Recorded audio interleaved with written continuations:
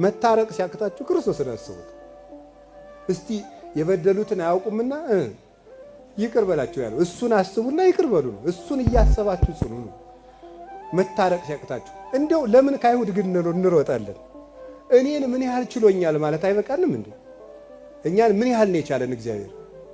ያንን አስባችሁ ይቅርታ አድርጉ ነው። ወህድጉ ያህድግ ለክሙ ወስራዩ ይሰሪ ለክሙ።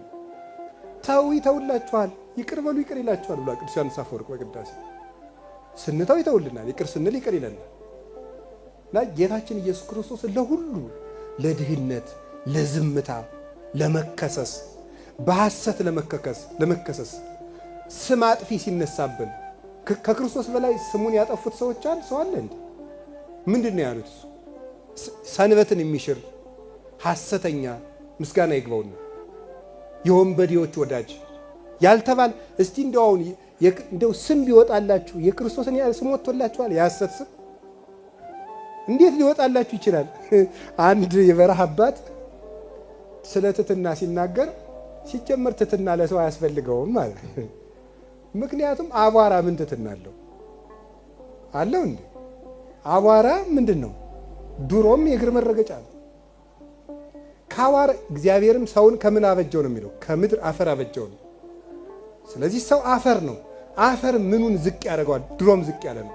ትሕትና የሚስማማው ለክርስቶስ ነው። ልዑል እሱ ዝቅ ብሎ ስጋ ለብሷልና እና ትሕትና ራሱ እኮ እኛ እንደው ገሌ ትሑት ሲባል ራሱ ታምር ነው።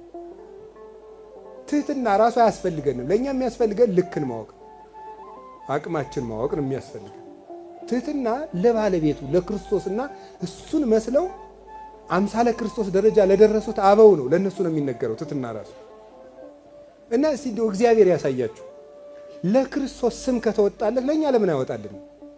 ለምን ሰዎች ሲያሙን እንዲሁም አገር አይብቀኝ እንላለን? ደጉ ይገርማችኋል እኮ ሰይጣን በእኛ የሚስቀውን ያህል በማን ይስቃል? አሁን ባለትዳሮች ከሚስቶቻችሁ ስትጣሉ፣ ከባሎቻችሁ ጋር ስትጨቃጨቁ እኔ እንደው እግዚአብሔር አይስቅም እንጂ በእኛ ከሚስቀው በላይ በማን ሊስቅ ይችላል? እውነቴን እኮ ነግራችሁ እንዴ አንተ እንደው ክርስቶስ ወደ ጠላቶቻችሁን ውደዱ ብሎ አንተ ወዳጅህን ብትጠላ ምንድን ነው የምትመልስለት ይላሉ። ምን ትመልሳለህ እስቲ? ጠላትህን ውደድ ብሎ ወዳጅህን ብትጠላ ምንድን ነው የሚመልስልህ?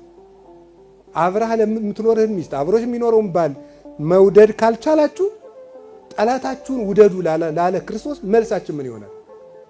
ምንም። እስቲ ክርስቶስን አስቡት ብሏል ቅዱስ ጳውሎስ። ከቃሉ ጋር ናችሁ? እስቲ እንደው ሌሊቱን ሙሉ ዝርግት ብላችሁ ስታድሩ፣ እውነቴን እኮ ውሃ ያመጣው ግንድ መስላችሁ እንደው ዝርግት ብላችሁ ስታድሩ እስቲ ክርስቶስን አስቡት።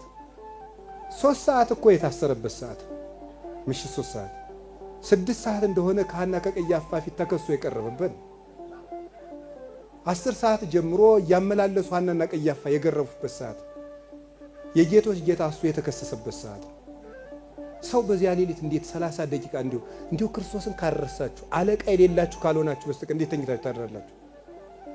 ክርስቶስን እስኪ ያስቡት ብሎና ጌታን የሚያስብ ሰው ሁልጊዜ ርኅሩህ ይቅር ባይ ነው የሚሆነው። ገር ይሆናል። ቢያንስ ንጽህና በእግዚአብሔር ረዳትነት ይመጣል። ገርነት ግን ራሳችን እናመጣው ነው። ቢያንስ ይውላችሁ ንጹህ ጻድቅ መሆን ቢያቅታችሁ ተንኮለኛ ግን አትሆኑ። ጠማማነት ያስኮንናል። እግዚአብሔርም እንዳይረዳን ነው የሚያደርገው።